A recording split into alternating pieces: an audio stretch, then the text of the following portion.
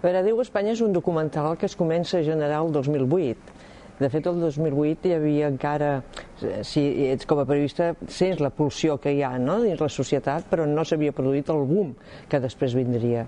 I quan nosaltres el vàrem estrenar, que va ser el juny del 2010, encara no s'havia produït la sentència del Tribunal Constitucional retallant l'Estatut d'Autonomia del 2006, en aquest sentit. Per tant, en algunes ocasions els periodistes l'encertem si ens avancem.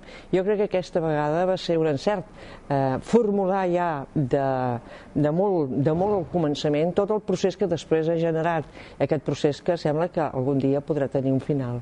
Respecte a la resposta que va haver-hi, en general va ser positiva, però sempre hi ha veus crítiques respecte als documentals que fem.